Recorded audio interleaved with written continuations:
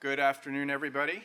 I'm Larry Rinder, and I'm the Director and Chief Curator of the Berkeley Art Museum and Pacific Film Archive. And it's my pleasure to welcome you all here this afternoon to our colloquium related to the new exhibition, Hans Hofmann, The Nature of Abstraction. As I'm sure everyone here knows, Hans Hofmann played a profound role in the history of this university and museum.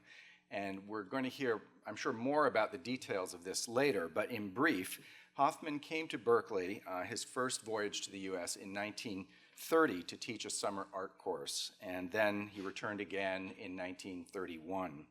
His innovative pedagogical techniques, which were already being modeled by his former students, Worth Ryder and Glenn Wessels, became a core component of the UC Berkeley Practice of Art curriculum and resonated for decades after the fact.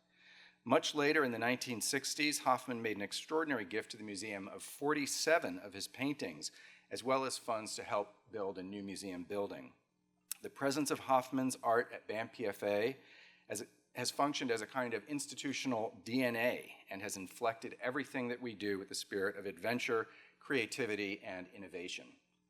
Hans Hofmann, The Nature of Abstraction, is the culmination of over 3 years of dedicated work on the part of BAM PFA Curator Emerita Lucinda Barnes, who organized this landmark exhibition together with curatorial assistant Matthew Coleman. And my thanks to Lucinda for all your amazing work. Thank you, Lucinda.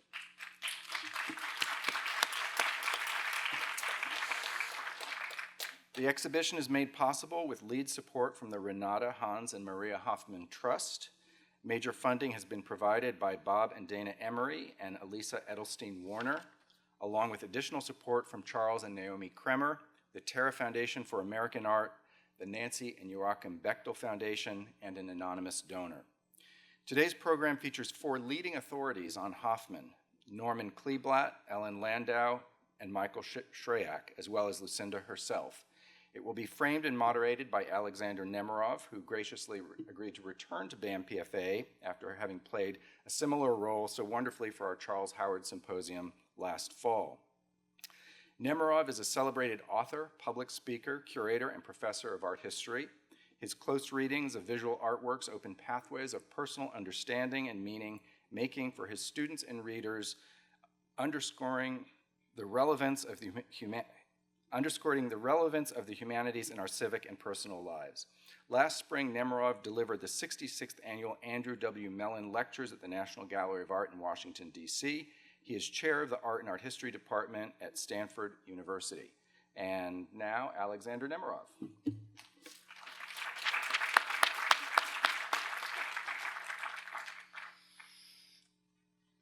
Thank you so much for that introduction.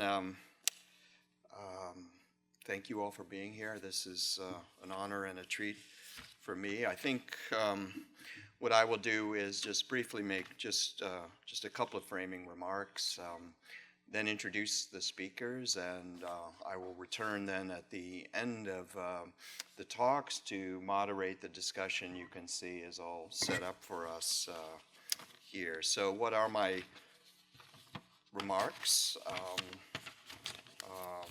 And I'll just, these are questions, 2 pairs of questions which I put to today's speakers to consider, and I invite you all to think of them today.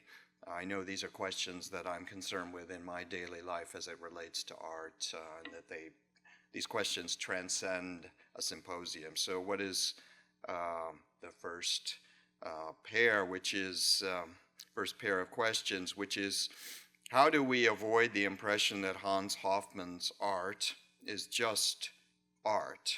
That is what audiences typically and depressingly find art to be when they go to an art museum, namely an arid affair of styles, personalities, biographies, and influences. How do we see instead something of the life that presumably lives and breathes in works of art, and without a sense of which the artist would not have bothered to make the pictures? So what is the relation of art and life?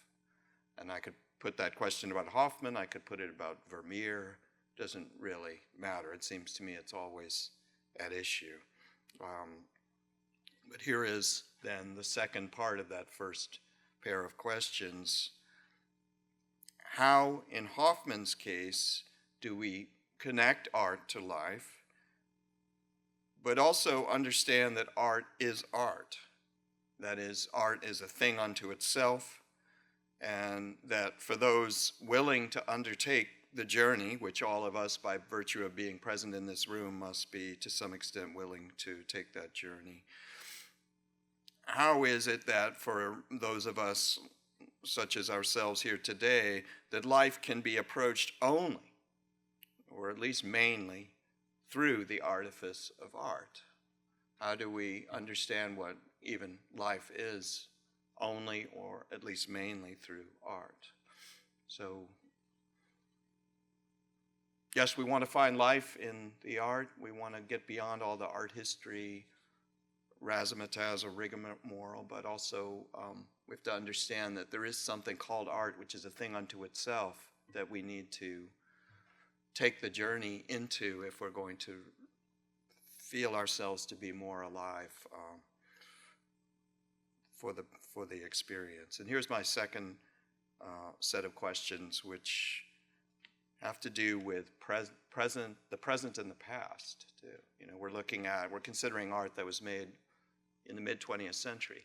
If you go to see a movie from the 1950s, you will immediately experience, perhaps, if it's a good movie, its relatedness to us now, but also its datedness too. So same kind of issue is at stake in looking at paintings. So briefly, how do we talk about presence in Hoffman's art?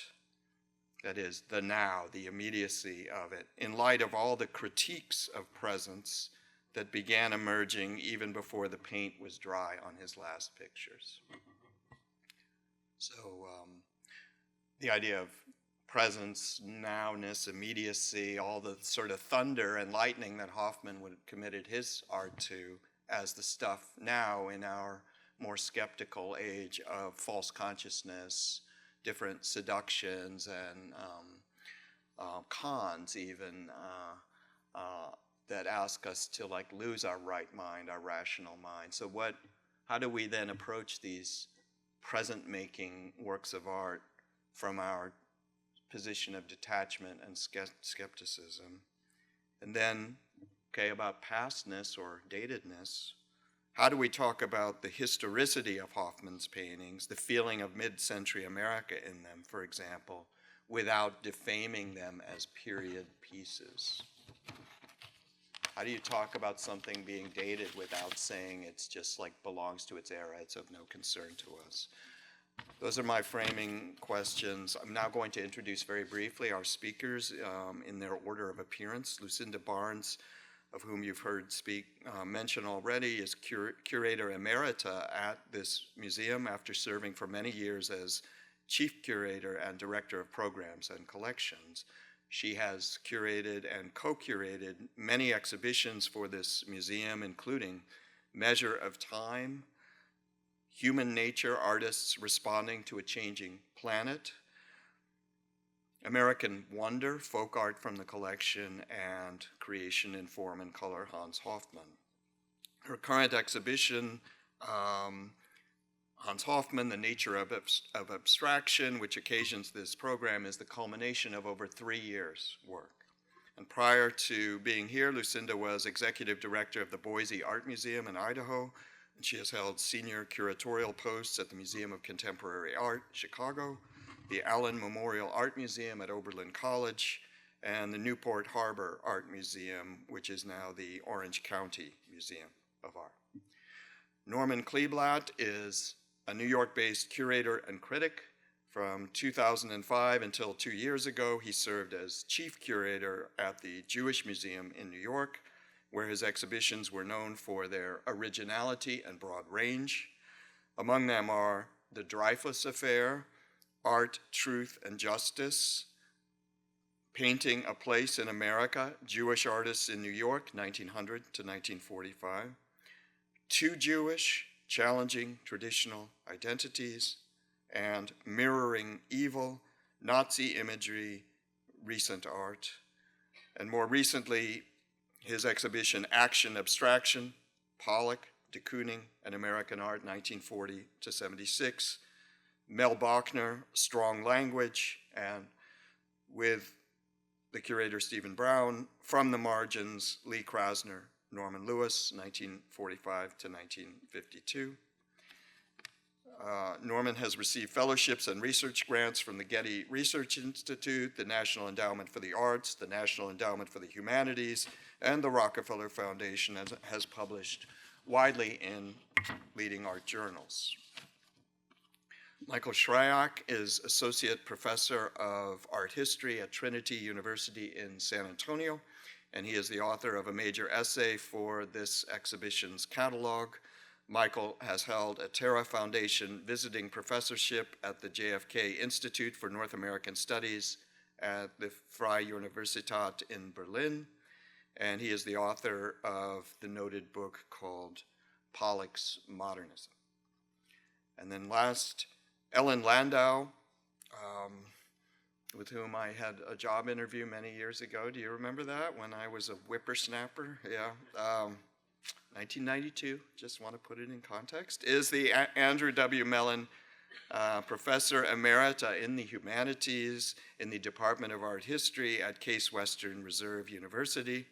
She is the author of the monograph called Jackson Pollock, also a catalogue raisonné of Lee Krasner's work, another text called Reading Abstract Expressionism, Context and Critique, and another book called Mexico and American Modernism.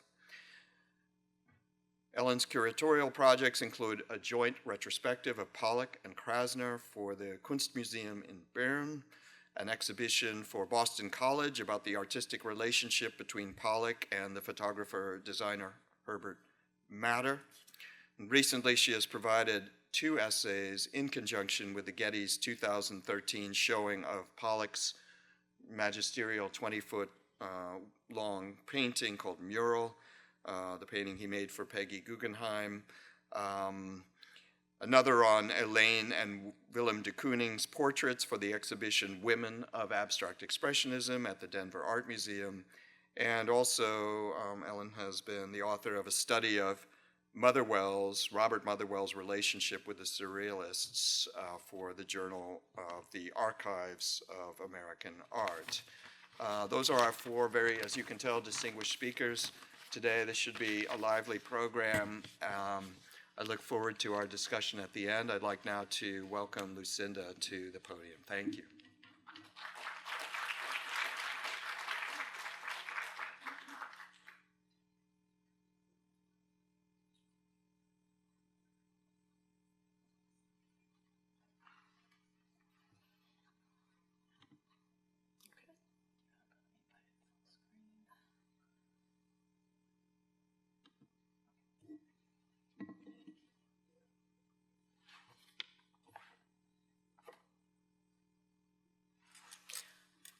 Welcome, everyone. It's a delight to see you all here, and it's thank you for the introductions, and it's particularly a delight to be at this moment in this very, very long and very rewarding project. So, as Alex said, I think we're going to have a lively program today, and if you have not already had time to spend in the galleries, I hope you will. There will be time after our program today.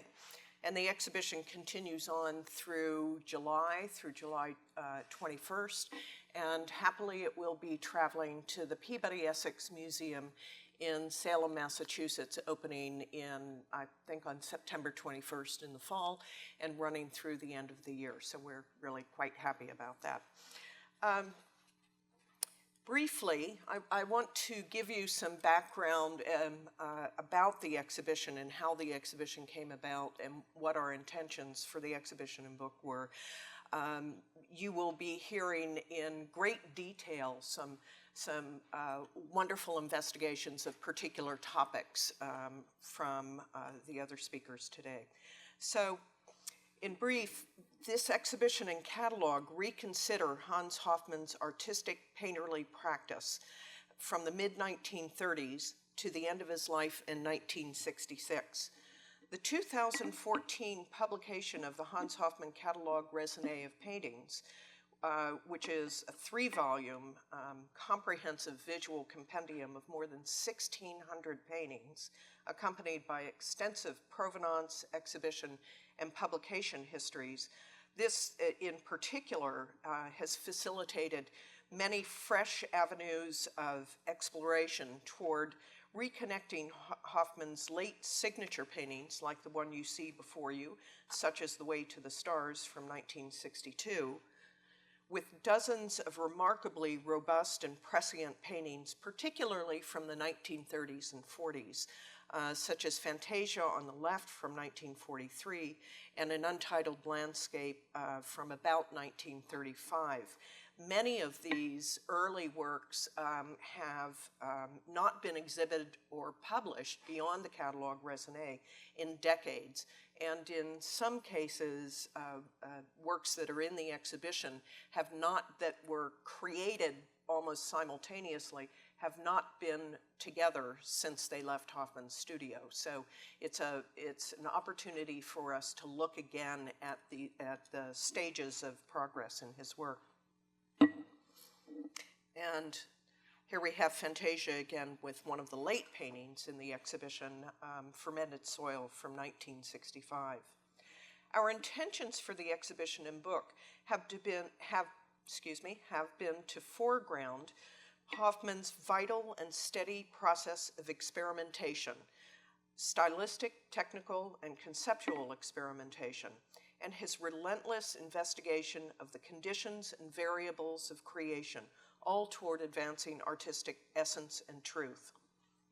For a little bit of very brief background, Hoffman was born in Germany near Munich in 1880, and in his early 20s, Hoffman moved to Paris with the aspirations of becoming an artist. He had been trained in school in math and science and engineering, but on the side was investigating artist studios and artistic happenings in Munich at the time. But that really prompted him to go on to Paris, which was kind of the artistic hub of the time. He arrives in Paris in 1904, stays for a decade. It really was a watershed moment in Paris. It was an explosive artistic environment and the front end of an entirely new cultural era. And his time in Paris, his milieu was that of Picasso and Matisse and Cézanne and the Delaunay's. On the left, we see Picasso's Demoiselle d'Avignon from 1907, and from the same year, Matisse's Blue Nude. Also, Cézanne was a particularly important influence, I think, on Hoffman's work on Hoffman from this period. Cézanne had died in 1906, and soon thereafter there was a major retrospective exhibition that is reported to have had very, very significant influence on artists at the time. Certainly it did on on Hoffman.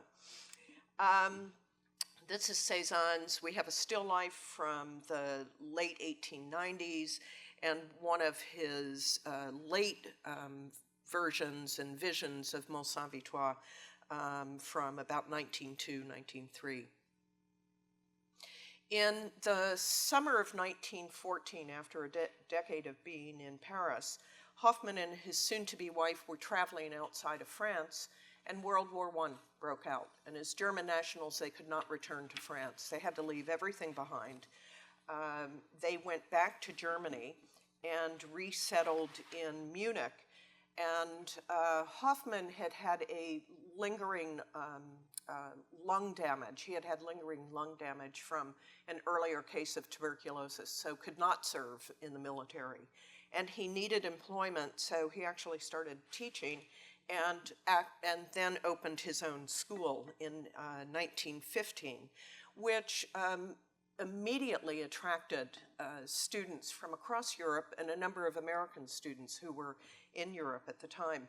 Hoffman was quite well known for the ways in which he could inspire individual creativity, and also his direct connection with the avant-garde of Paris from the time that he was in Paris. One of his American students, by the name of Worth Ryder, Larry mentioned him earlier, one of his students came to Berkeley in 1927 and started working to build up the art department here at Berkeley. And in 1930, Worth Ryder invited Hoffman to come and teach at Berkeley. And as Larry said, this was a very, very significant event in Hoffman's life. He came to America as a famed and renowned teacher, but what he was also able to do in America was restart his career as a painter, which he recognized later in his quite magnanimous gift of 47 works to our collection and funds to help us build the former building. And we carry along that spirit with us today in this building and in this project. So on the left, we see an image of Hoffman exuberantly teaching in the summer of 1931. He was known to be quite a demonstrative teacher in his mix of German and English, which many students said they never understood. But they got the point otherwise. And soon after he was in Berkeley, he went to the East Coast and established schools in New York City and by 1934 in Provincetown, Massachusetts. On the right, we see him teaching out of doors just outside the studio and teaching facility in Provincetown, where he was based for so many years. Again, as in Europe, he had immediate flockings of students. But I think importantly, when he is, and I think again because of his connection to modernism and to the avant-garde and his ability to teach that and to encourage students on their own paths. But one of the important things from the perspective of this exhibition is this is the point at which he begins his painting career again. And part of the reason, it's not that he was not making art and practicing in between those years from Paris to the time when he reestablishes himself in the studio in 1934 in Provincetown.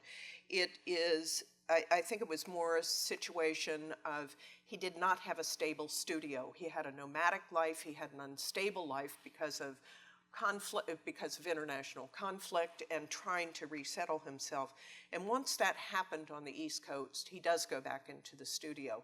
And it's not really a surprise to see that his first works from that period are reflecting those European influences, like this work from 1934, which certainly has a strong resonance with Cézanne. These are a couple of really quite beautiful studio interiors from 1938. And I think in these as well, we have some resonance of both Matisse, as in his 1911 Red Studio, and again, Cézanne's still life from the late 1890s. But something that's, I think, quite interesting in seeing more of these works than most of us are familiar with is realizing this Hoffman repeated motifs over and over again. He really used a very small range of motifs, but this iterative process was really quite important to his early work. Not only the studio interiors, but landscapes like these that are in which he produced just a flurry of variations on really a very similar landscape, just exploring different expressive styles in these. In studying these works and their interrelationships, we have been able to refine even further the sequence and dating of Hoffman's early works, and in so doing, more closely track his compositional strategies, his processes of probing, questioning, and testing out expressive territories, as in these two landscapes from 1942, which both of them are in the exhibition. They're stacked one on top of another. And I suspect that they were, if they were not painted on the same day, they were painted a day apart. They are so similar in terms of their palette and gesture. Much of Hoffman's testing and experimentation of the early 40s focused on material properties of pigment and the expressive possibilities afforded by his active manipulation of materials, as we see in The Wind on the left from 1942 and Effervescence from the following year on the right. You will be hearing more about these paintings and these techniques in further presentations. Whoops, that's unusual. What kind of ghost is following me here today? It works like these, when you look at them closely in the galleries, it's less visible in images such as these, but we see Hoffman taking advantage of differing viscosities of paint and applications of pigment to the surface toward more varied surface and textural effects and the expressive possibilities that are afforded by these effects. I'm going to jump forward a bit to two works from 1945, and this is an installation shot from the exhibition. Cataclysm on the right, homage to Howard Putzel, the young dealer who was so important to Hoffman and many other early abstract expressionist artists who had died quite young, and suddenly in the summer of 1945, this is a work that Hoffman painted in his honor. And on the left, a really luscious painting entitled Pink Leda, also from the same year. I want to point out that these two paintings and this work, which is much smaller, but they're on corners in the installation, so I couldn't photograph them all together. These three paintings were in the same exhibition in spring of 1946 at the Mortimer Brandt Gallery in New York, a one-person exhibition of Hoffman's. It just so happens that Betty Parsons was director of that gallery, and it was before she opened her own gallery. But I find it quite interesting that these works were created at the same time and put forth as really the most advanced work of Hoffman's at that time. These three paintings have not been shown together since 1946 in that exhibition. So it's a wonderful opportunity to look back at that very moment for Hoffman. Excuse me. I think these works also show an underlying interest that Hoffman had in expanding spatial dynamics of the picture plane. One of the things that these works point out to me as well, let me run this one with another work some people in the room will recognize right away, but I'll get to it. I feel that Hoffman's work of the middle 1940s, such as these three paintings I've mentioned, Cataclysm, Leda, and Phosphoric Form, also reveal his close consideration of current work and ideas of his peers in New York at that time, expanding beyond his references to and relationships with early modernism, specifically Cézanne, Picasso, and Matisse.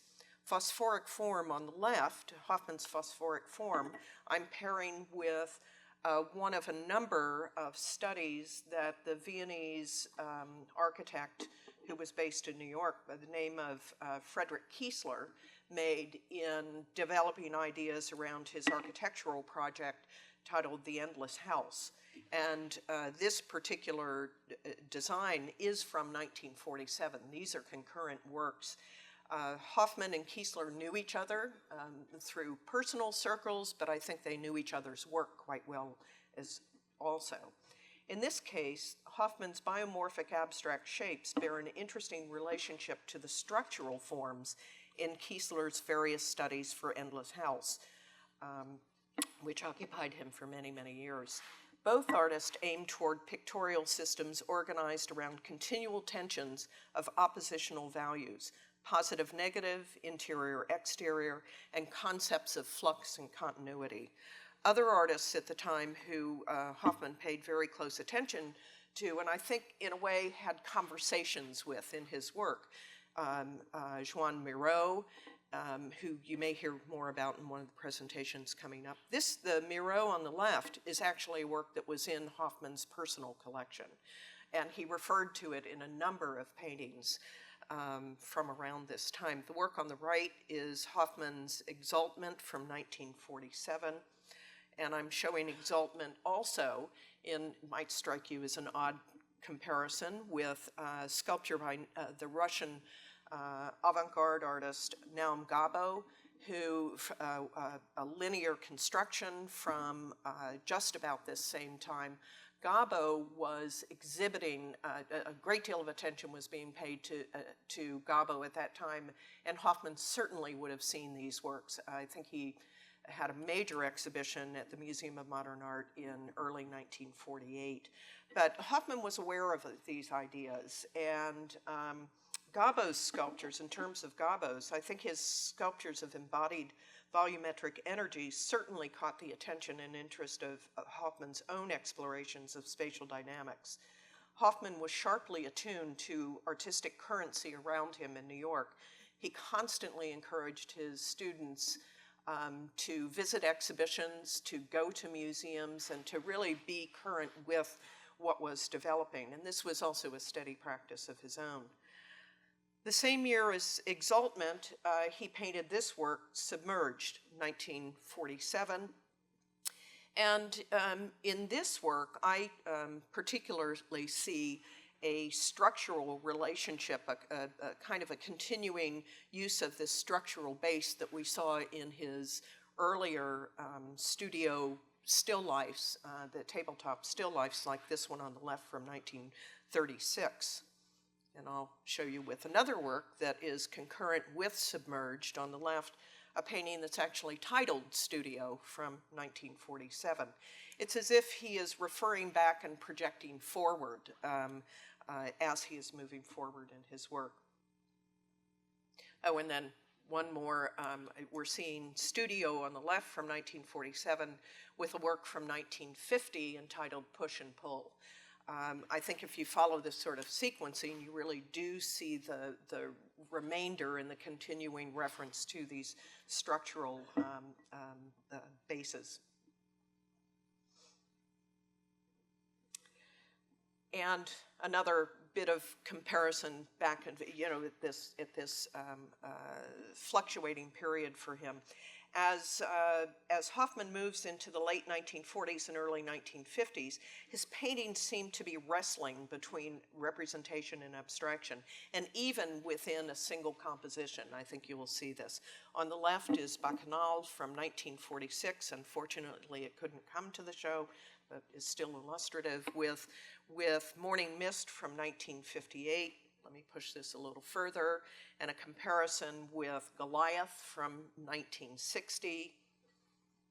And I'm going to go back to Submerged from 1947 and look at that alongside of Indian Summer from 1959. I think you get my point. By the late 1950s, Hoffman had firmly established his distinctive pictorial realm of fluctuating color planes, as in Goliath, which you saw previously, and Sanctum Sanctorum from 1962. From the late 1950s until his death in 1966, Hoffman produced a staggering body of work that solidly coheres around this language of fluctuating color planes and alternating spatial zones, as in this work and a work from the same year, such as The Way to the Stars. Even with that coherence, we still see a great deal of stylistic variation in his work. And even this kind of iterative motifing again is in Nocturnal Splendor on the left, which I think is one of the, from 1963, one of the great paintings, among great paintings in our collection, paired with Angelus from the same year, which couldn't be in the exhibition. It's from a private collection in Southern California, but I think you can see the clear relationship between these paintings.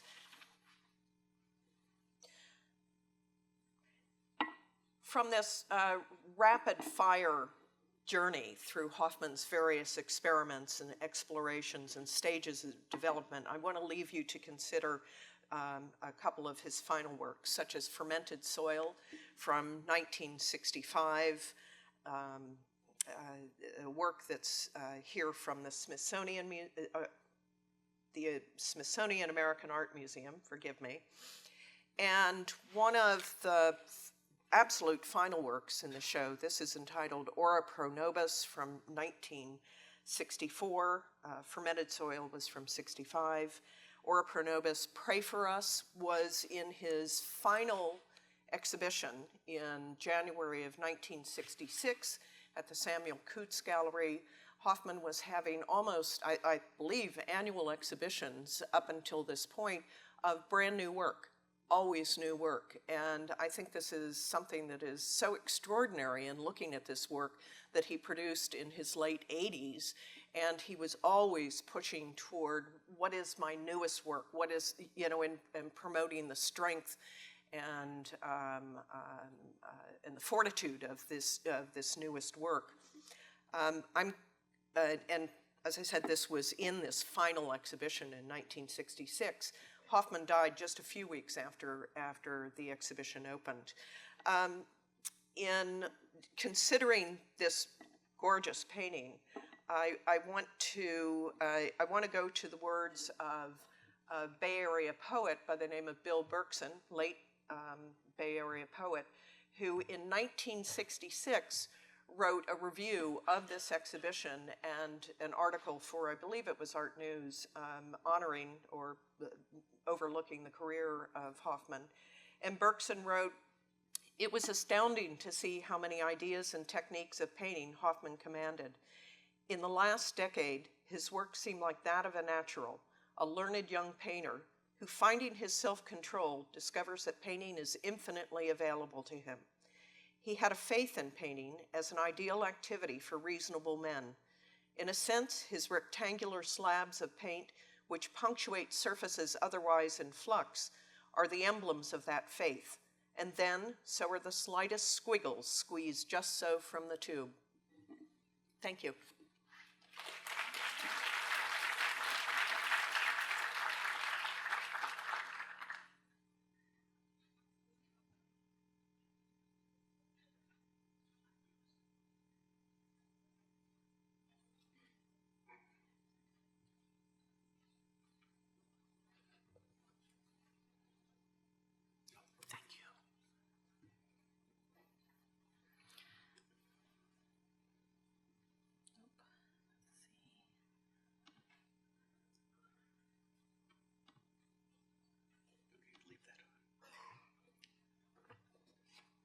Good afternoon.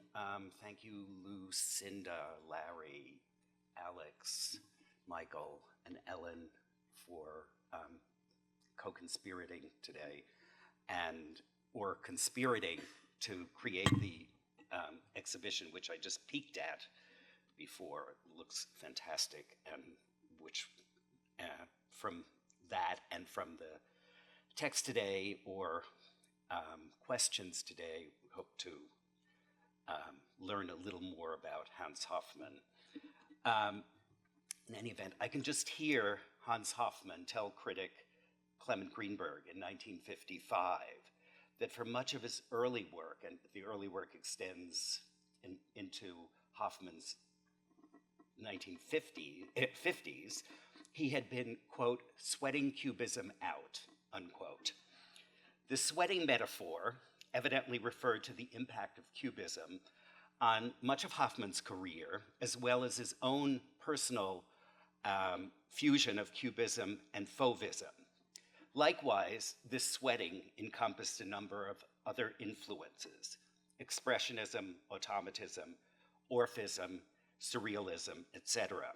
Such were the styles and techniques the artist needed to work through, learn from, and not least dispense with. In this way, he would evolve his mature signature abstraction, and he would be appalled by my use of the term signature. One can imagine Hoffmann's strong, mellifluous voice with its soft Bavarian-inflected German accent, zu Sweat Cubism out. my imperfect Hoffman imitation. That phrase, recounted by Greenberg, is in fact structurally incorrect in English. One would want the adverb out connected directly to the verb to sweat. Obviously, Hoffman's analogy to illness, in this case a fever, reduced and eventually healed with the encouragement of enforced perspiration. Such home remedies were typical of the 19th and early 20th century before the prevalence of antibiotics. This expression also reveals Hoffman's age and place of birth, and we have to remember that Hoffman was a good 20 to 30 years older than most of the abstract expressionists with whom he's associated. A twist on Susan Sontag's 1978 book, Illness as Metaphor, disease metaphorically applied to art, was a recurring concept for Hoffman. One of Hoffman's students recalled his use of the term, quote unquote, tubercular line, as well as, quote, the sick line, the line that coughs, the line that is withering, end quote. So now, how would Hoffman have characterized his white line drawn on or over the surface of his experimental panel, Fantasia? And I used to call the painting Fantasia after Disney, and then I realized Hoffman would never pronounce it like that. So in deference to Hoffman, while signed and dated 1943 by the artist's notation on the picture's lower right, there is discussion that it was possibly or probably created and or completed at a later date, say 1944 or 45. Whatever its precise year, Fantasia is a remarkable example of Hoffman's experimental and analytic practice, his move towards pure abstraction, and what Hoffman alternatively ascribed as, quote, his horror of formula, end quote. The final painting, itself an overlay of drawing above gestural painting, is one that the artist would have described ultimately, in his own playful terms, as a successful picture. Of course, the period of the 1940s has been characterized often as one of the artist's most varied, experimental, and transformative. Likewise, Hoffman's Fantasia is certainly a strategic node within this transitional period. With the white liquid drawing on its surface, Fantasia has been considered among the first drip paintings ever produced. Whether the progenitor of the drip was indeed the analytic Hoffman, the bravado Pollock, or the self-taught Janet Sobel is of little consequence. Yet I wonder why and how this, and I'm using healthy in quotes, so to speak, remarkably controlled whitish drip in a highly atypical medium was in fact applied to the original surface. The synthetic adhesive Hoffman used is been analyzed as Duco. In this case, the culinary or meteorological term drizzled might be a better descriptor for the term drip. Specifically referring to Hoffman, Clement Greenberg preferred the term spatter or pour over drip for the artist for Hoffman's techniques.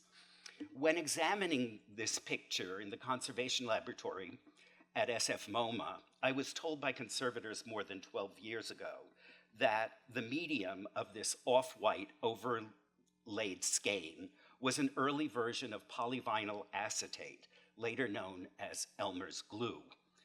At least that is what I remembered. Duco, an infinitely more viscous synthetic and not soluble in water like Elmer's, was beginning to be used by artists during the 1930s and 1940s, and I assume what we're dealing with is Duco. Technical issues aside, the aesthetic and formal nature for this work, as well as the process of its being created, come into question, as Lucinda referred to in terms of this colloquium and her exhibition. So I tried to remove the skein of white from Fantasia photographically next to the completed painting as we know it and as it's installed in the adjacent galleries. Could it be that the gestural overall painting beneath the final version, with its spatially applied white skein, was in fact a work that Hoffman decided was neither entirely finished nor wholly effective? Yet. If Hoffman claimed, quote, never to have painted a bad picture, end quote, was the underneath work prior to his superimposition of the white skeins, in Hoffman's words, not yet successful? Or, to paraphrase the critic Harold Greenberg's observation specifically about Hoffman, did the underneath painting have to, and I'm quoting Rosenberg, quiet down, unquote, so that Hoffman could find out what he himself was thinking? His white drip or drizzle could also be seen in his extension of what has been described as Hoffman's performative movements during his physical critique of his students' works. Hoffman's students were even known to imitate his animated hand gestures, and I assume they imitated his accent much better than I do. It thus stands to reason that it would be Hoffman's student, Alan Capro, who, in his historic 1958 article, The Legacy of Jackson Pollock, applied the ritualistic choreography of painting as virtual performance. Of course, Harold Rosenberg had already claimed Hoffman as a major player on his roster of action painters. Drawing for Hoffman tended to be related to teaching, painting to the greater process or the creative process. Superimposition of these two conceptual modes, drawing and painting, thinking in space, layer upon layer, one campaign following another, links to my fellow speaker and catalog essayist, Michael Schreyach's interpretation of the way Hoffman introduced images of the palette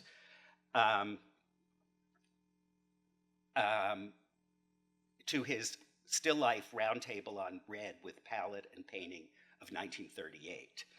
Even though they are part of the interior, they were unlikely a part of the interior he was depicting. As Michael Schreyach observes, the artist's brushes and palettes seem to levitate. And I think you can see them on the center left of the painting. Likely, they were not an observable or visible aspect of the actual interior Hoffman was representing.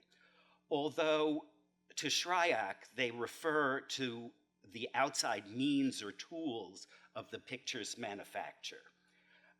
So these would be imagined objects mentally superimposed on the artist's field of vision, thus becoming a conceptual, symbolic incarnation of the artist's physical instruments of both fabrication and conception. Dialectical issues, including depiction versus representation, conception versus perception, drawing and painting, digital gesture against bodily performance, all thus might be seen as aspects of Hoffman's iconic theory, his physical construct of push and pull. Other works in the early 40s offer additional cues to Hoffman's experimentation at the time. Though small in scale and indicative of the study or laboratory experiment, Hoffman's Untitled on the left and Fantasia with Drizzle on the right. The Untitled is in the Guggenheim Museum collection. Untitled is a modest but highly successful overall panel, 1/10 the surface area of Fantasia. The white spatters, drips, and drizzles of Untitled, though overlaid onto the extant surface, are nevertheless woven tightly, one might say cohesively, onto and into the paint matrix. A question thus raised by this comparison is whether Hoffman evidently was not satisfied with the underneath portrait or portion of Fantasia, or was this the white topping, or was this white topping his frosting on the cake? Did he purposely wish to separate his approach to painting into two distinct operations and two distinct campaigns? Not least, why are these two modes of paint application, the delicate white line of the finished Fantasia over the vigorously brushed painting over beneath, so distinct? Comparing the stage one of Fantasia with its final form, let's go back, demonstrates how Hoffman has tamed his first campaign. And I'm sorry, the slides seem to have been bleached a bit. Giving the work a delicacy, lyricism, and controlled tempo of a Vasily Kandinsky, the earlier master admired by and oft associated with Hoffman. Curiously, but with authority, Clement Greenberg minimized Kandinsky's influence on Hoffman, claiming Hoffman himself superior to the Russian-born pillar of Munich's Blauer Reiter movement. On the other hand, Hoffman's easel scale, The Wind, which Lucinda showed previously, is an easel scale picture which seems to use a vigorous drizzle of white and black to energize the canvas. As opposed to Kandinsky, Greenberg favored looking to Miro as a signal influence on Hoffman's work. According to Greenberg, Miro offered Hoffman models and means of helping the Bavarian-born artists through what Greenberg, paraphrasing Hoffman's previously mentioned metaphors to illness, called, in quotes, Hoffman's intense, quote, suffering through, quote, the Cubist trauma, end quote.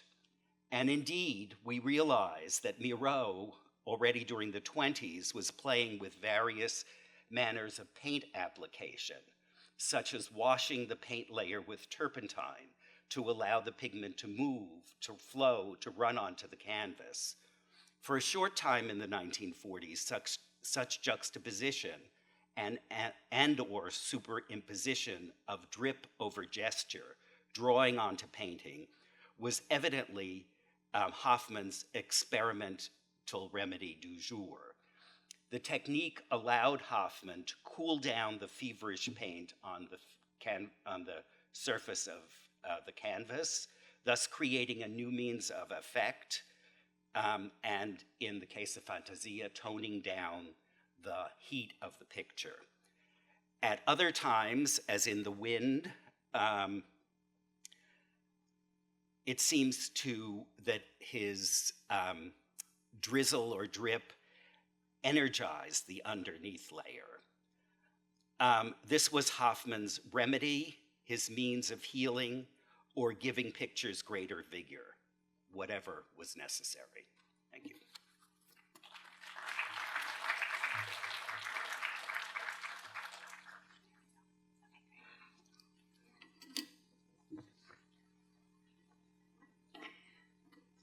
I'd like to thank everybody involved with this, as my previous speakers have done. I have a slight little anecdote in the sense that the entire reason that I'm here has to do with my going to China. That doesn't make a whole lot of sense, but Larry Rinder and I were both part of a Terra Foundation sponsored kind of cooperation between the China Academy of Art in Hangzhou and mostly art historians from California, but art historians from the United States.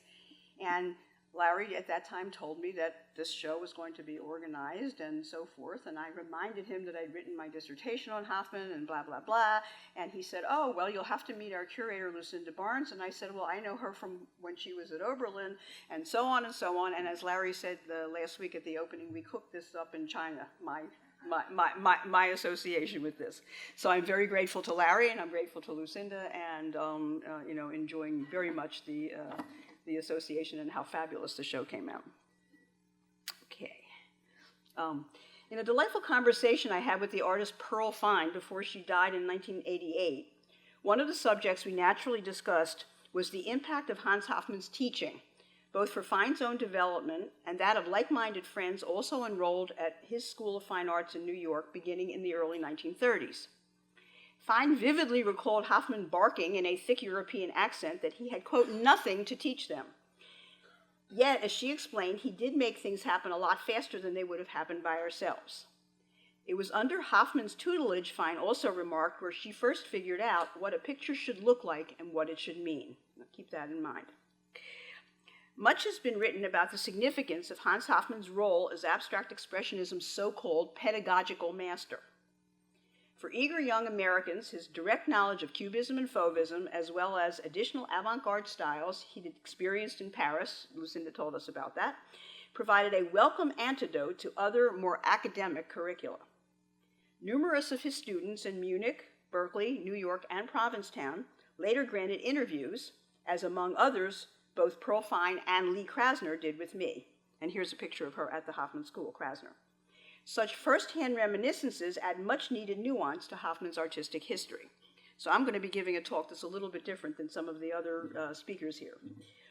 Indeed, from these candid sources, we know a great deal about what went on in Hoffman's various teaching milieus. Because he was not a native English speaker, many recall Hoffman could come across as somewhat pompous and histrionic, given, in the words of sculptor Richard Stankovic, to, quote, elliptical, indirect, even cryptic statements. More than somewhat deaf, Hoffman managed nevertheless to transmit exciting ideas about artistic creativity to generations of receptive Americans. These concepts he underscored visually to the controversial point of manually correcting their works, and you can see him doing that in this picture. And here you see extant drawings by Lee Krasner and Mercedes Carlsmatter that are corrected by Hoffman. You can see little arrows and so forth showing what he did. Despite his 1959 assertion, I approach my students purely with the human desire to free them from all scholarly inhibitions, and I tell them painters must speak through paint, not through words, Hoffman obviously could not repress his own theoretical tendency. Expressing his core principles, a dialectical synthesis of French ideas about form and color, with more mystically inclined Germanic notions of empathy, Hans Hofmann's prolific writings likewise elude easy comprehension. To a certain degree, based on recollections by those familiar with Hoffman's originary notions of plasticity, push-pull, and the role of nature in what he called pictorial life, he comes across as a rigorous, perhaps even humorless proponent of high art ambition. Although some experienced his occasional wicked wit, this side was not always in evidence. Hoffman's own wife, Mietz, called out her husband as a Widerspruchsgeist, or creature of contradiction. Marking a disparity with many younger macho male abstract expressionists, Hans Hofmann's private life must have seemed to many rather old-fashioned and tame. Indeed, in 1978, the critic Barbara Rose termed it a model of Biedermeier Gemütlichkeit. Rose could discern in Hoffman's life history no hint of what she called the sensationalistic romantic angst that fueled so many other abstract expressionists. By 2006, for me, Barbara Rose's assessment would be countermanded by a startling new discovery. Having written my master's thesis and 2 scholarly articles on Hoffman, I thought I had a pretty good handle on his career path and theoretical bent.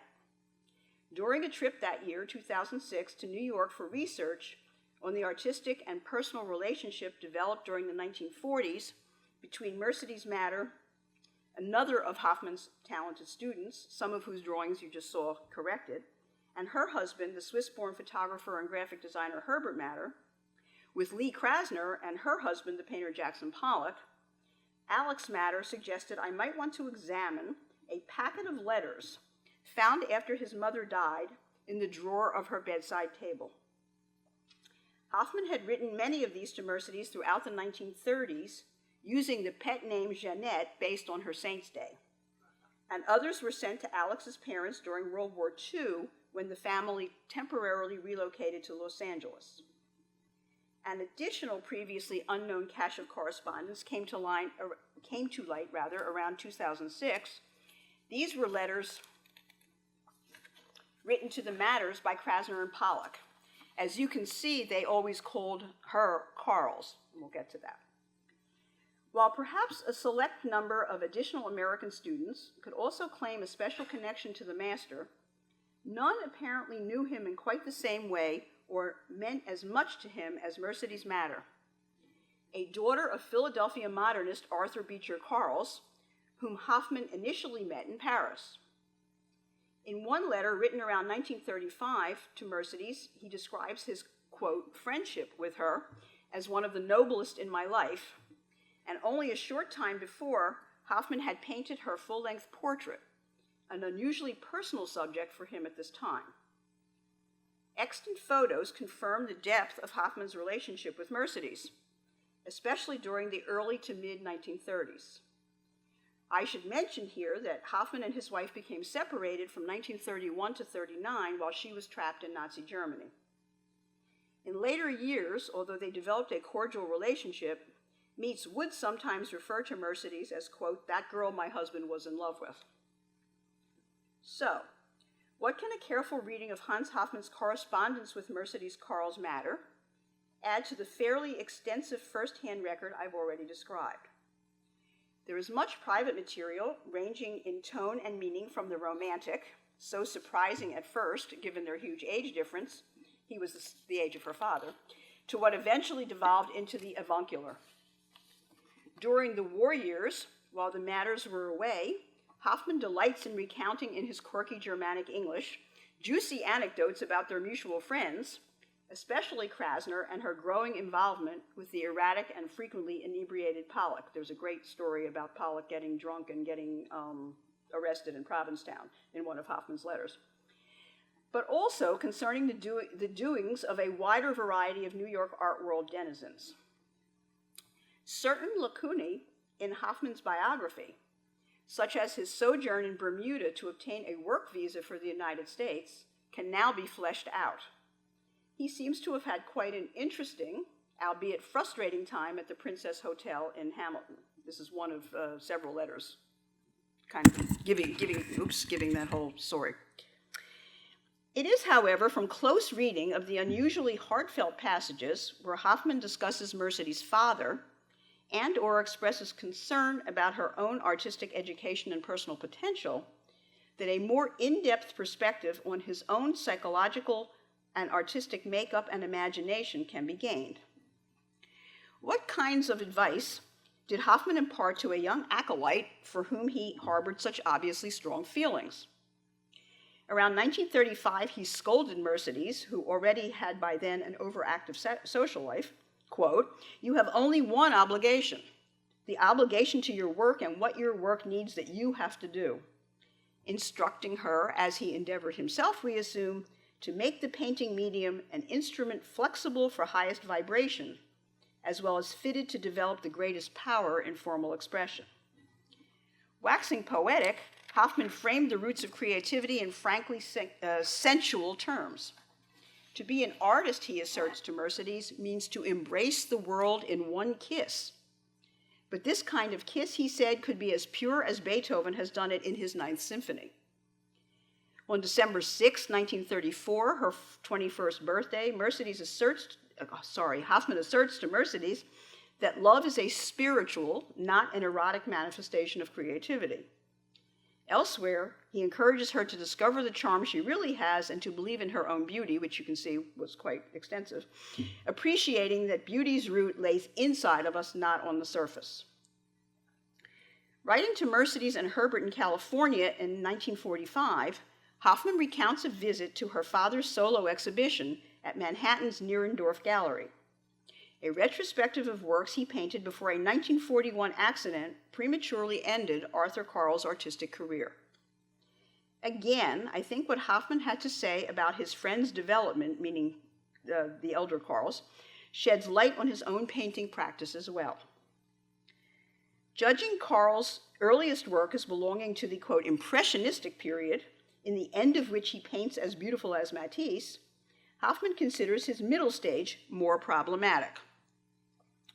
Many of these pictures, Hoffman claims, exhibit a terrific struggle with the impossible, as in them it looks like Karl's was attempting to, quote, impose to a Matisse palette the vigorous composition and formal discipline of a Juan Gris.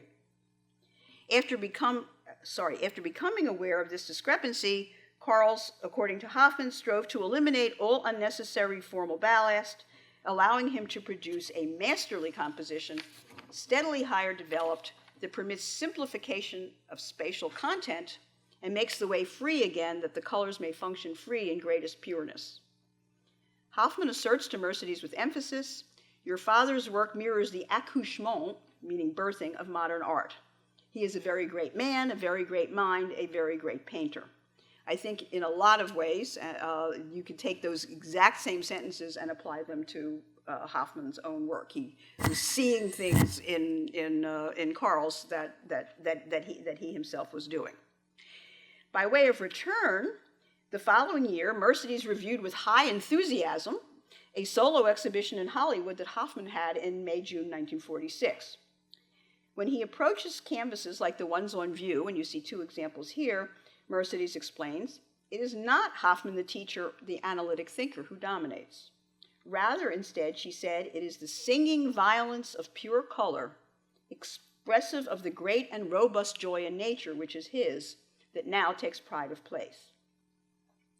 Echoing a critical term that I gave you in the beginning as used by Pearl Fine, Mercedes would later recall cherishing Hoffman's expert guidance across that initial threshold of awareness regarding what a life in art could mean. Without a doubt, the destiny they shared as mentor and protege turned out to be critical for each. Indeed, it had been upon her prodding that Hoffman returned to painting in 1934 after years of focus on teaching. And during the early 1940s, Mercedes and Herbert, with Pollock and Krasner's help, were able to facilitate Hoffman's introduction to New York's wartime art scene. His crucial exposure to Peggy Guggenheim, owner of Art of the Century Gallery, where in 1944, at age 66, Hoffman had his first important U.S. show, is a specific case in point. Exactly how this came about, cleverly engineered at a dinner party by tricking Peggy into climbing the stairs to Hoffman's studio next door to Pollock's, is given a humorous account in one of Krasner's California letters. Another obvious benefit of piecing together information and observations provided by Hoffman, as well as correspondence sent to the Matters by Jackson and Lee, is the possibility for development of a fuller picture of the depth and breadth of his unexpected affiliation with the revolutionary brand of American gestural painting championed by and often primarily attributed to Pollock. Contrary to implications often taken from Krasner's repeated story where, to each other's consternation, Hoffman criticized Pollock for not working from nature, and I am nature, Pollock supposedly snapped back, many of the newly found letters indicate that the older and younger artists developed a consequential artistic relationship built on mutual respect. And here I'm talking about Pollock and Hoffman. For example, in March 1944, Hoffman wrote somewhat wistfully to the Matters, on the other side of my studio wall, because they did live next door to each other on 8th Street, is another fellow who paints like the devil, adding, how I envy Pollock for his youth. That same year, he scrawled a quick note to Jackson exclaiming the latter's Art of the Century show as, quote, deliriously beautiful. In April, Hoffman recounted to the Matters that Peggy Guggenheim, who was then paying Pollock a monthly stipend, along with one of her advisors, the curator-critic James Johnson Sweeney, had recently been guests at his home. It was the night, Hoffman related, where Jackson Pollock's fate was forged for another year. Every one of us worked on Peggy in his own way of diplomacy. I was glad to pay a little back what Jackson did for me. Meets had confirmed to Mercedes just a few months earlier, we speak of you with Lee and Pollock, whom we see quite often. According to another shared friend, Fritz Bultmann, considerable artistic exchange took place between Jackson and Hans during 2 summers spent in Provincetown, 1943 and 44. Initiated by Pollock, this included the 2 men thrashing out the idea of the image in and as painting, as well as debating the interior nature of image generation.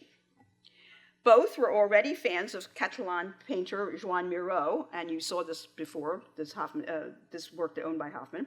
And by 1944, in such works as Idolatrous and Fairy Tale, where automatic drawing generates an imaginary figure, Hoffman was addressing Miró through an indistinct comradeship, we'll go back there for 1 second, not only with Miró, but with current works by Pollock. In 1945's Birth of Taurus, bearing some resemblance to a Miró print he owned, Hoffman not only owned that painting, he also owned a whole set of Miró's Barcelona prints. Hans Hofmann combined linear delineation with rubbed-in splotches, spatters, and drips, raising the emotive level of his own paint handling, a characteristic also aligned with Jackson Pollock. Interestingly, the phallic suggestions in Birth of Taurus resemble those in the latter's canvas composition with Pouring 2, painted 2 years earlier. There's 2 phalluses in there. You can try and figure out where they are. Works by both around this time seem remarkably consonant as well, and we have seen this in Norman's talk especially, with energic visual patterns seen in a series of photographs Herbert Matter exhibited in 1943 in New York. Matter conceived these, and obviously the work on the upper left, by dripping ink into water or glycerin, capturing with his camera gravity's trace. Whether Hoffman painted a small group of freely engendered skein-like paintings before Pollock began seriously to drip in 1947 still remains a topic of controversy. Despite numerous claims, I think the most authoritative answer is actually probably no, he didn't. In any case, the improbable survival and resurfacing of these eye-opening letters, shared by Hans Hofmann with a group of younger New York artists, a key group really, seems to contribute a critical component for helping to chart the background of modernism in the United States. I presented today only a taste of what's contained. Many additional passages and correspondence circulated to and from Pollock, Krasner, and the Matters, especially Mercedes, provide added new insight into Hoffman's personality and biography, as well as helping, in his own words, to explain the arc of his unusual path to creativity. Especially illuminated is Hoffman's unexpected and generative segue away from dependence on European influence and into, as is evident, very evident, beautifully evident in this exhibition, a wholly original abstract expressionist style. Thank you.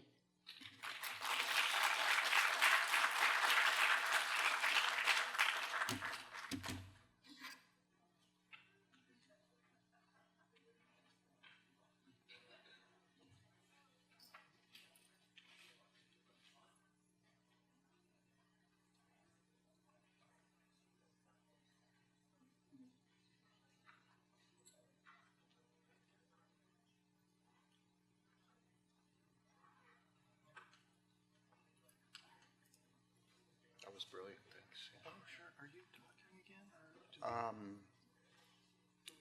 I think, no, you can all come up. Let's have everyone up, and I'll make a few remarks from here and then join everyone over. Thank you so much. Just as people get seated, I'll just say I was thinking of the painter Helen Frankenthaler. Many of you will know her work. When she was very young, just out of Bennington College, she graduated in 1949. She went to Hoffman's summer school there in Provincetown in 1950, and she resented very much that he wanted to mark directly on her drawings, and that indicated well enough Helen's fierceness and proper respect for her own work throughout her career. But anyway, she made him just make little notations on the side. A couple of other Helen anecdotes about Hans Hofmann. One is that he had an ear horn, I guess, and she was convinced it was just an act, that it was really just a way of not wanting to communicate with certain people by feigning deafness. And I remember that she also referred to him as a tough old bugger. Anyway, I do have some very specific questions, and I think we'll get to some important issues building on the talks today. I want first, however, just to read a couple of passages from a certain novel from 1955, which I suspect everyone in this room knows, but I will not say what the novel is. Passages not by someone who was known to Hoffman, but that evoke his paintings and invite us to think about something I mentioned earlier, which is the mid-centuriness of this kind of art. So perhaps it will become fairly clear from what novel I read, but in any case, let me just read these passages. By a paradox of pictorial thought, the average lowland North American countryside had at first seemed to me something I accepted with a shock of amused recognition because of those painted oilcloths which were imported from America in the old days to be hung above washstands in Central European nurseries, and which fascinated a drowsy child at bedtime with, and here we start to get into a Hoffman-like palette, with the rustic green views they depicted. Opaque curly trees, a barn, cattle, a brook, the dull white of vague orchards in bloom, and perhaps a stone fence or hills of greenish gouache. But gradually the models of those elementary rusticities became stranger and stranger to the eye the nearer I came to know them. So now in America itself, beyond the tilled plain, beyond the toy roofs, there would be a slow suffusion of inutile loveliness. A low sun in a platinum haze with a warm peeled peach tinge pervading the upper edge of a two-dimensional dove-gray cloud fusing with the distant amorous mist. There might be a line of spaced trees silhouetted against the horizon, and hot, still noons above a wilderness of clover and Claude Lorrain clouds inscribed remotely into misty azure with only their cumulus part conspicuous against the neutral swoon of the background. Or again, it might be a stern El Greco horizon pregnant with inky rain and a passing glimpse of some mummy-necked farmer, and all around alternating strips of quicksilverish water and harsh green corn, the whole arrangement opening like a fan somewhere in Kansas. So driving around America, and then also very Hoffman-like again about driving around America. At night, tall trucks studded with colored lights like dreadful giant Christmas trees loomed in the darkness and thundered by the belated little sedan. And again, next day, a thinly populated sky losing its blue to the heat would melt overhead, and Lo would clamor for a drink, and her cheeks would hollow vigorously over the straw, and the car inside would be a furnace when we got in again, and the road shimmered ahead with a remote car changing its shape mirage-like in the surface glare and seeming to hang for a moment, old-fashionedly square and high in the hot haze. And as we pushed westward, patches of what the garage man called sagebrush appeared, and then the mysterious outlines of table-like hills, and then red bluffs ink-blotted with junipers, and then a mountain range done grading into blue and blue into dream, and the desert would meet us with a steady gale, dust, gray thorn bushes, and hideous bits of tissue paper mimicking pale flowers among the prickles of wind-tortured withered stalks all along the highway, in the middle of which there sometimes stood simple cows, immobilized in a position, tail left, white eyelashes right, cutting across all human rules of traffic. So those passages which are from Lolita, which was published in 1955, I venture to you just again as suggestive of whatever it is that evokes mid-century America in Hoffman's pictures, and also as an example of how pairing literature and art yields surprising things that have nothing to do with intentions, but intentions of artists or writers, but nonetheless afford a kind of understanding here. I have a question for each person, and I'll ask people to respond succinctly, and then we can gather the remarks and build on from that. So my question for Lucinda has to do with that very interesting moment in your talk where it's Bill Berkson commenting on Hoffman's last show. So Bill Berkson, a young man then in 1965, and a representative of the new, as praising the work of someone born in 1880. Bill Berkson was, of course, very close to Frank O'Hara, who, like Hans Hofmann, would die in 1966, though O'Hara, at age 40 in an accident. Frank O'Hara, the great poet who was good friends with Berkson. Do you know, Lucinda, if Frank O'Hara, what he thought of Hoffman's paintings?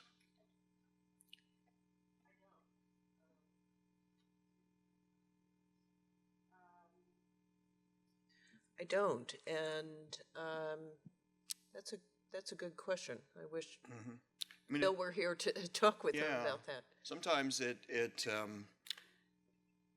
interesting. 1965. It's just that moment when the Beatles it's Nowhere Man and Norwegian Wood and Day Tripper, and of course by 1967 it's Magical Mystery Tour and Strawberry Fields, and so there's something still very 50s about 1965, whereas you'd be hard-pressed to find the 50s in 1967, let's say. So Berkson, O'Hara are very 50s guys. They're not ironists. And in that sense, it makes perfect sense that Berkson would like Hoffman, and maybe O'Hara would admire him too. I would think so. There are some very recent publications, anthologies of Bill's writings that include a number of photographs from that time.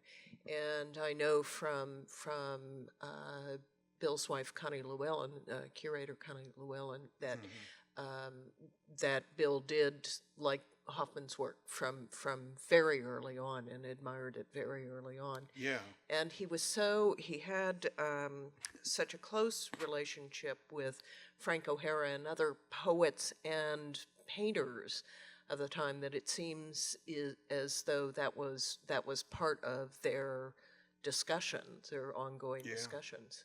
Yeah, and it's hearkening back to my opening comments. It's very much in that world of presence, believing that paintings, as Helen Frankenthaler would say, like they were supposed to be terrific. They were supposed to knock your socks off. That was really what it was about. And as perhaps self-evident as that may sound as a goal for painting, I don't think that would become the paradigm very soon after that. But yeah, as an example of the subtleties of that, I think of this Berkson poem called Star Motel, which I like very much. It's about being in some motel on Geary Street, and it's just, it's really what a poet or what an artist does. It's a definition of that, and what he says is, it's just the noise in the next room, the sound of the cars on Geary, and in the midst of that, listening for the hum of the ice machine.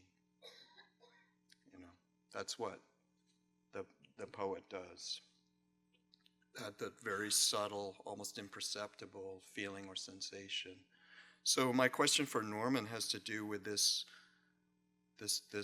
remarkable moment in your paper where you're talking about Hoffman putting on a last layer, as in fantasia, in order to make sense of what he himself was doing. I think that's how you put it, or Harold Rosenberg put it, or together, both of you. And it reminded me of a kind of alternate and darker version of the same sort of process of the artists self-addressing, self-correcting their work, which is to do with Pollock's Blue Poles. And at least the mythology of that painting and its execution is that Pollock in 1952, when, in Greenberg's opinion, he was, quote unquote, losing his stuff, made this big picture, and then he kind of rescued it. He saved it out of the fire by dipping a plywood piece, a 2x4, in that blue paint, and then making this, probably many of you can visualize this kind of strumming, staccato sequence of these 7 totem verticals made by the blue 2x4, and then suddenly what might have been just like a mess, like a kind of toxic cloud of orange and silver and so on, is like wrested into shape, So maybe that's the same thing as trying to make sense of what one had been doing, but it seems like it could also be read as Pollock just like making a last gesture to kind of create coherence out of nothing. I wonder if you find that, Norman, a useful contrast, or if you want to build on that in another way. The comparison is interesting, but very different for Hoffman because of 2 very different kinds of personalities and mentalities, Hoffman versus Pollock. Can you hear me? Okay. Closer. Okay. What I was getting at was that Hoffman possibly put that painting aside, and Ellen just noticed that in the painting in which I removed the so-called drip, or what I call drizzle, that picture looked like Carls's painting of a similar moment. And Hoffman may have felt, and this adds irony to the whole thing, may have felt that was too derivative for him to let go out of the studio as a painting, and rather, as I mentioned, made a second campaign in which he used a totally different technique of like liquid drawing over the gestural painting. And then the irony of that would be that he makes a painting that is more reminiscent of Kandinsky. And I'm not the first person who saw that or sees that connection, than to what Ellen suggests is Arthur Carl's. Right, somewhat. That it wasn't yet satisfactory, and that he was going to try something different. And just now I'm thinking, well, maybe he didn't care if it failed. Or he was going to try to, as I said, remedy what was not yet successful. Yeah, that may have to do with the interesting stakes, the difference in stakes between painting in 1943, where there really is no recognition, almost no recognition beyond Peggy Guggenheim's gallery for what these artists are doing. And therefore, as depressing as that is, and Greenberg wrote eloquently about that, about the perfect sense in which the avant-garde was located in New York and not Paris then, because you needed to be utterly alienated to make good art. And Paris modernism for Greenberg had become by then the stuff of symposia and receptions and openings and so on. You needed, in fact, to live on a fifth floor walk-up cold water flat where everyone, except maybe your two closest friends, couldn't even understand what you were doing. Then you were getting somewhere. So that creates a kind of freedom. Whereas in 1952, not only 9 years later, Pollock is sweating bullets. He's got a show on 57th Avenue coming up. You better produce that painting, which, by the way, would eventually hang in the Four Seasons restaurant. So different worlds from the 40s and the 50s. Yeah. Can I make go ahead, a please. quick comment for the audience? Hoffman also owned a number of works by Kandinsky. Okay, it's not like he just went to went to a museum to see him. Hoffman's wife actually was quite friendly with Gabriele Munter, who was Kandinsky's romantic partner for a very long time. And when World War I broke out, Gabriele Munter asked them to store some of Kandinsky's works, and eventually they brought some of, when Meets came over in 1939, she brought some of those pictures, and a lot of them were owned, I mean, some of them were still in Hoffman's estate when he died, and we know what some of them, we know what they look like. One of them is at LACMA. I mean, it's on the wall when you go there, and when you read the label, it says, this was previously owned by Hans Hofmann. His Miro shows up in a lot of his paintings. There's like 5 or 6 paintings that Miro that you saw, he actually, just like what Michael was showing us, where the paintings of paintings, the Miro painting is part of at least 5 paintings. None of the Kandinsky show up quite that obviously, but yet there's an awful lot of works where Kandinsky seems to be in the background, and I don't think that that's not true also of that, but there's also some Arthur B. Carles-ish part of that in when I saw it without the white tracery. Yeah. Mm. Go ahead. Is it on? Push it up. The quote I use from Rosenberg, which was in Rosenberg's evaluation of Hoffman from 1957, was in Art News, was that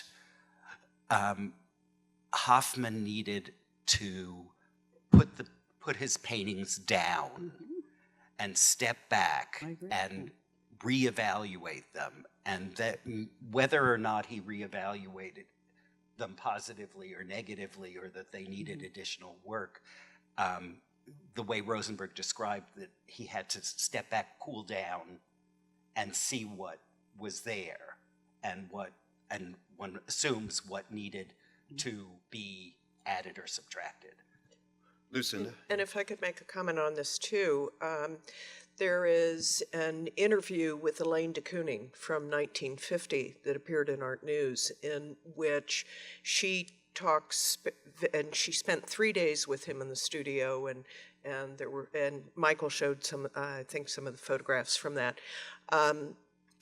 time, and very pointedly in the article, de Kooning talks about Hoffman, be it whether she included quotes from Hoffman, I can't remember exactly, but this process of, if he was unsatisfied with the painting, he would go back and almost rework it entirely.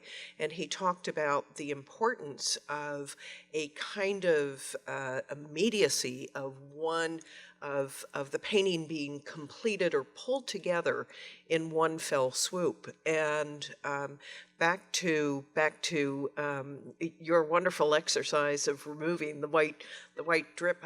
I need to know how to do that, but there is. Oh, okay. There we go. In the exhibition, there are 2 small drip studies, if you will. I think we agree that they're probably studies. One of them that you showed, that is from the Guggenheim Museum, quite small. When we were installing the exhibition and looking at that painting even more closely with the conservator, we realized that the drip in that was layered on top of some actual scrapings off of the surface of another painting. And I think it argues even more that the combination, that the surface of the painting grew over time, and that those outer layers of dripping were pulling together literally clumps of pigment that had dried on the surface of this to create, it wasn't necessarily intended as a painting originally, but it began to take on some kind of coherence that he brought together with that experimentation. And so, to your point of there was an earlier painting that he was not satisfied with and could bring more out of, I think is a very strong point. Okay, a question for Michael. So, in your fascinating talk, Michael, it seemed to touch on some of the things I addressed at the start, and specifically, you led us to the point where we could see that Hoffman's works are not expressive as such, but rather state the formal conditions under which expression itself can be posited or asserted. So, brilliantly done. My question in the face of brilliance always has to do with naivete and the relation of painting to naivete. So I might, I understand you're talking just about Hoffman, but I would say, well, who is an artist that is roundly and justly celebrated as an expressive artist? And Rembrandt, for example, came to my mind. An artist not exactly irrelevant to Hoffman, I would imagine, with the thick painterly surfaces and the boisterous, even kind of hysterical emotiveness. But if you think of, say, a painting like The Jewish Bride by Rembrandt in Amsterdam, I mean, would we need to appreciate that painting now, that is, from the vantage of our more skeptical relation to naive expressions of wonder and pleasure? Would we need to understand that in something like your terms as Rembrandt portraying or thinking about the very terms under which expression itself could be asserted? Or can we just look at the man's hand on the chest of his young bride and the contemplative expressions of both and feel that we are just in the presence of something very direct and poignant, having to do with human relationships? Do we have a picture of that we can put up? I can enact it with someone, maybe with Norman. The thing is that I'm very hesitant to not talk about works that are not shown, that we can't make claims about, as they're up in front of the. But art historians. But go ahead. But the point is that preparing for the Hoffman talk, I wasn't thinking about Rembrandt. However, I would say that were I to have the Rembrandt on the screen and kind of be able to talk about it in the presence of at least its surrogate, that certainly there might be some kind of formal way in which we could understand the relationship between his technical reproduction of reality and his attention to the surface that could be subordinated or accommodated to something like the claim that paintings do not immediately do anything. Yes, I think this is why people come into a darkened auditorium on a Saturday afternoon, because there's actual disagreement and debate now going on here. Notice, I want the camera to record it up there. Okay. And I will just say, per what you just said, Michael, that, this is part of my first question to everyone today, like, how in Hoffman's case do we connect art to life while understanding that art is art, a thing unto itself? So there is no such thing as this directness, and that for those willing to undertake the journey, life can be approached only, or at least mainly, through the artifice of art. So it would be, Rembrandt, of course, is a almost a terrifying magician of technique. We don't see all the sleights of hand that enable life to appear magically. But of course, as you say, they're all there, but they yield something. The wonder of being in the presence of the illusion is the wisdom of the case, but you may disagree. Well, I mean, illusion is the technique par excellence, so I don't know why, I mean, we may not be in disagreement. Illusion is the technique par I mean, excellence. you were just saying that you are captured by the sense of the illusion, right? That is what provides you with the kind of directness that you seek in looking at the image. Yes. Yeah, so, that is a highly refined technical skill that is deployed within a long tradition and history of representation that allows us to see that as doing the capturing that you seek. That, Yes. it's not, I don't think we're that far off. I mean, I do disagree that, life is,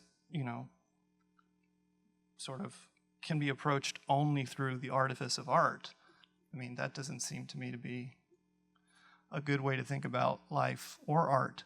But nonetheless, I mean, if what you are seeking is some kind of authentic or genuine connection to the object to which you're attending, I don't see how that happens in anything but a kind of artificial Yes. relationship. So, but it seemed to me you were cordoning off the real or life from Hoffman's art in order to say that his art is fundamentally, in very rigorous terms about pursuing the very conditions under which painting could be said to even have the possibility of referring to life. So it's a laboratory. Well, I mean, I don't think of it as, I mean, I like the way that Lucinda described it better, like this, she said probing, questioning, testing out, these kinds of directionalities towards a medium and its technical possibilities seems to me to be the way you're trying to discover the kind of content that art would be able to deliver. So, Yes, yeah, exactly, yeah. Okay, thank you. Maybe we don't disagree. Maybe we just disagree about certain emphases or stresses on different types of terminologies, like directness or immediacy. It might be, or yeah. bracketing. I think I might be a little more mystical than you, just that, I mean, Well, we knew that going in. I don't know. I didn't know that going in. What do I know? I will just say, I guess I'm willing to. I sometimes think, it takes like, in a manner of speaking, like 100 pounds of art to make an ounce of the real. But that ounce of the real is the magic of it is that it is not. You can never like trace it back to the thing that produced it.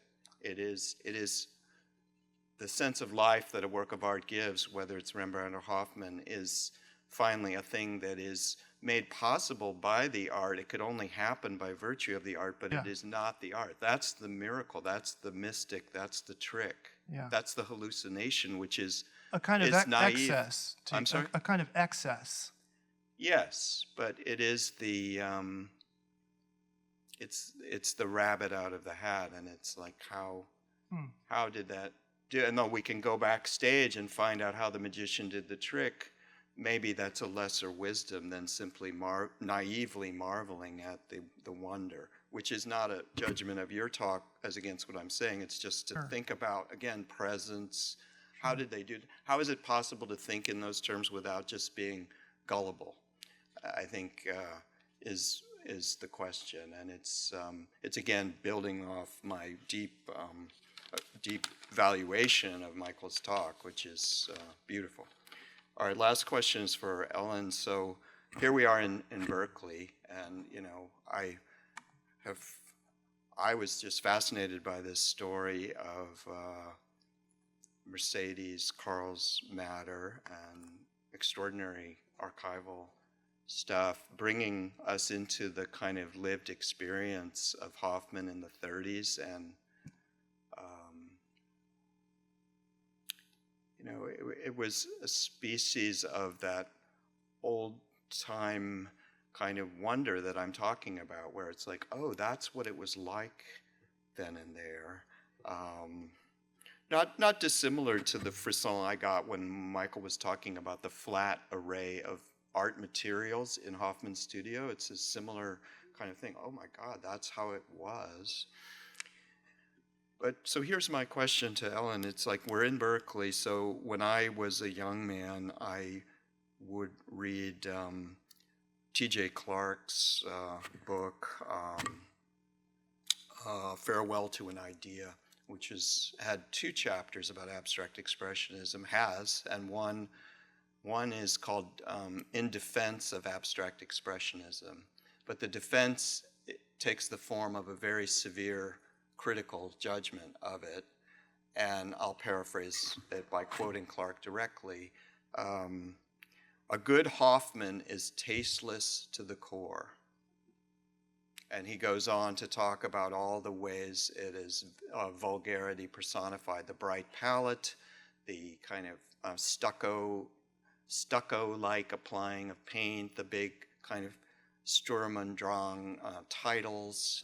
It's not necessarily a kind judgment at all. And if anyone wants to ask me or anyone else afterwards why it's a defense, I'll be happy to explain that. But I guess, Ellen, I don't know if you want to comment on the relation of your work to Clarke's, like philosophically, what's at stake? No, I don't know. I mean, here we are. I mean, it was striking. Ellen is, like everyone here, is a very distinguished person who's spent, I don't know, her life talking about art, and it's so I'm curious to know your thoughts on that. Well, I don't think I want to.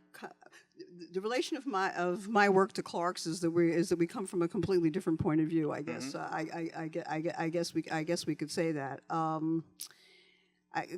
He gave a talk at the Museum of Modern Art Symposium at the time of the Big Jackson Pollock show in 1998. And he got up and he gave this talk about the small paintings that Pollock did. The series of small, Pollock's smallness, whatever. And he went on and on and on about not knowing. Isn't it amazing that that Pollock did this, and not knowing why he would kind of balance the big paintings with these small ones and so on. And so Helen Harrison, the director of the Pollock-Krasner House and Study Center, got up and said, well, if you look in the catalog raisonné, you'll see that the reason why he did these is because his brother worked for a printing company in Connecticut, and they made a mistake when they printed baseball game things. And baseball cards. But no, they weren't cards. The games. No, you're right. They were game yes. boards that were like about the size of this. Right, that's right. Of this, he made a mistake, and he had a whole lot of them left over, so he gave them to Pollock, and Pollock used half of them to recover the floor of the house, and he used the other ones. He turned them around and painted on them, and Clarke stood there and went, "Oh," and it was kind of like, okay, so I guess I believe in archival research. Obviously, that's the difference between him and me. I mean, I taught theory, and theory has influenced the way in which I write and I think, because I think about things differently than I would have if I didn't know anything about Derrida or whatever. But I don't actually do. I love archival research. The night that I got those letters to read, those Hoffman letters, I was staying in a hotel in New York, and I'd worked really hard all day, and I was sort of like, I really want to just go home and crash in my hotel room and watch TV. And so I was offered these letters, and like I had to give them back the next day or whatever. And I said, "Oh, geez, I really should look at these." And by 1 o'clock in the morning, they were all spread out on my bed. I had had the most amazing evening, like like you say, being a fly on the wall and being back into the life of these people. And I mean that kind of thing excites me quite a bit. And I do think that. Whereas biography might not, relative to your questions, whereas biography might not necessarily be the only thing that you want to know about an artist, there are a lot of ways in which the people they knew, the things they owned, the places they went, the schools they attended, the teachers they had, et cetera, make an impact. I think that becomes super clear, okay? That becomes super clear if you see the movie Don't Look Away, Never Look Away, because Richter didn't want anybody to know any of that stuff, but now I really understand Richter a lot better than I did before, knowing all of that stuff, and he knows that had an impact on it. If any of you haven't seen it, go see it, because it's an amazing picture about a movie about creativity and the roots of creativity. And I think that there's a lot of interesting stuff about Hoffman that, first of all, if you look and realize that all of this stuff in his studio played such an important role, and it's almost kind of like Yayoi Kusama. I mean, it's like an early version of the Infinity Room or something, where things are repeated, and he knew exactly what he was doing when he did it. And I think Rosenberg's the one that said that only an artist who has so much thought about theory and laws and whatever it is could actually present chaos in the I'm misquoting, but it's something like that. Because if you read Hoffman's theory, it's very turgid. It's very rule bent. It's very turgid, and that's why when Mercedes wrote that this is not Hoffman the analytic thinker. This is the person who takes great joy in nature. And I would have only one other thing to say about the Bergson thing. Bergson was amazing, and he said amazing and wonderful things about Guston and so forth. That I talked to him about, and whatever. But if you go into the last room of this exhibition, those paintings could have been painted 2 weeks ago, in my opinion. Okay. In other words, if you go into the look at the 40s paintings, they are definitely mid-century paintings, mid-20th century paintings. But the paintings in the last room of this exhibition could have been painted in 2018, 2019. He really that progression was, for a man especially his age and what he went through with 2 world wars and everything else. I mean, he was amazing. So thank you, Ellen. Let me just offer a few other comments. We still have just a few minutes left till 4. Yes, I mean, that's a fascinating example of scholarly disagreement, to which the rejoinder or the follow-up would be something like, well, what is at stake in scholarly disagreement? In other words, why do people care about art enough to disagree about it?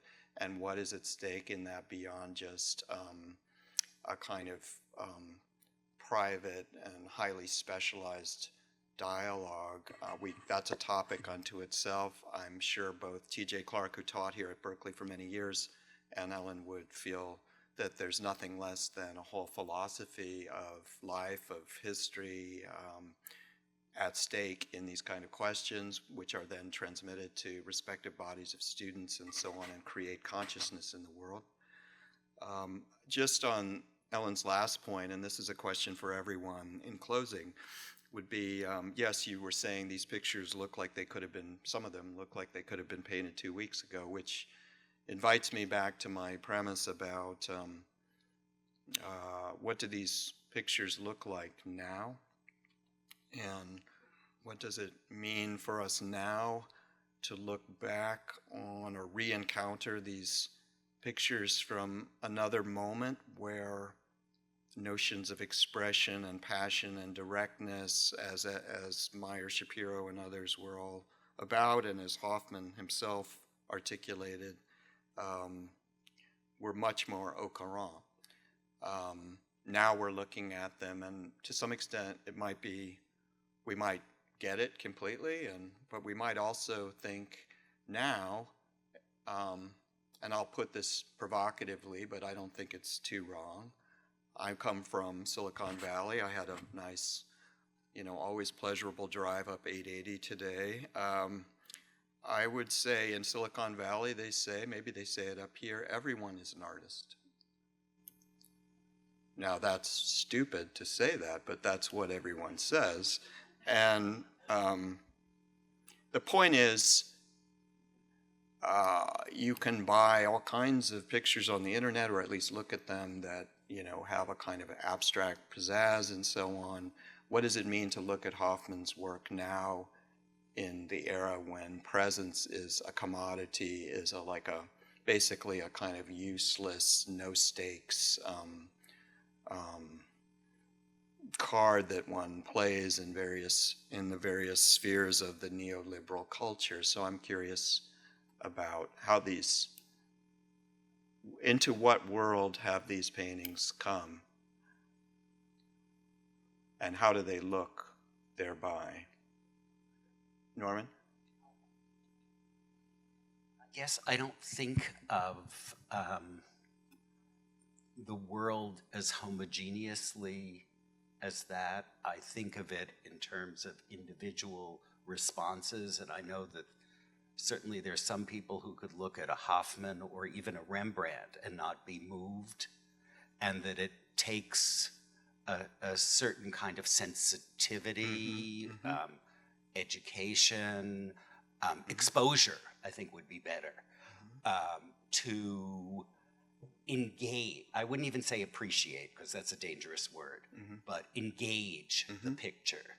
And like the Rembrandt we were talking about, and that Michael smartly noted, was some kind of tautology between the actual physical paint on the painting and the expression that Rembrandt was able to derive from the sitters in the painting. And I think it's that elasticity or tension, and tension, myriads of tension, that make us look at whether it's a novel or a piece of music that's reperformed, of course, or a painting, or a performance, that has, it's just a domino effect for different people engaging the work. And I think it's as much, my work has been about reception history in terms of critics and the public, but I also think it's this individual reception, that, like, what are you bringing to the painting? Like your reading, before I got that it was Lolita, I said, oh my God, the purple prose. So if you extract those passages, it almost sounds like a graduate student trying to write something that's too precious. But if you put it in the context of the novel, you get something larger and more profound and more exciting. I wish my graduate students could write like that, but that's another question. They write beautifully, but not that good. So there's a disagreement again, and there's something at stake in that. Does anyone else want to address this very question? Presence in the age of the cheapening of presence. Everything's present all the time. Of course, it's micro-mediated, but the commercial culture would say that we live in the presence of, or with immediate gratifications available at every turn. Well, I do. I can say something here. because Norman, when what we were just saying, I mean, you kept using the word tension at the end and tautology between things, and I almost wanted to hear you say intention instead of tension, because what you're talking about in terms of a presentness or being present to the meaning of a work is efforts to ascertain the way that an artist framed some specific thing to communicate some meaning that he or she had.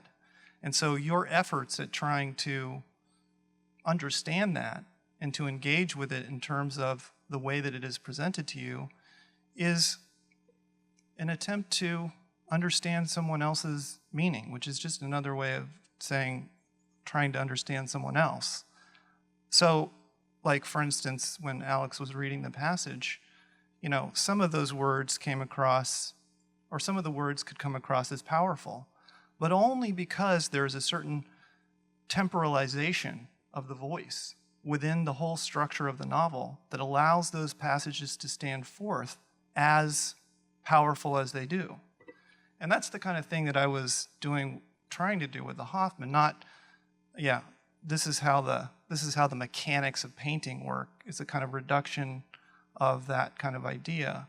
But it's a way of engaging an artist on the terms under which I think artists work, which are slowly, first of all, and in very, reasoned attention to the things that they're doing, the choices that they're making. And to the degree that you're able to kind of understand these things in relation to that whole structure that they're building up, it's just another way of describing trying to understand someone's intent, the meaning they're trying to convey to you.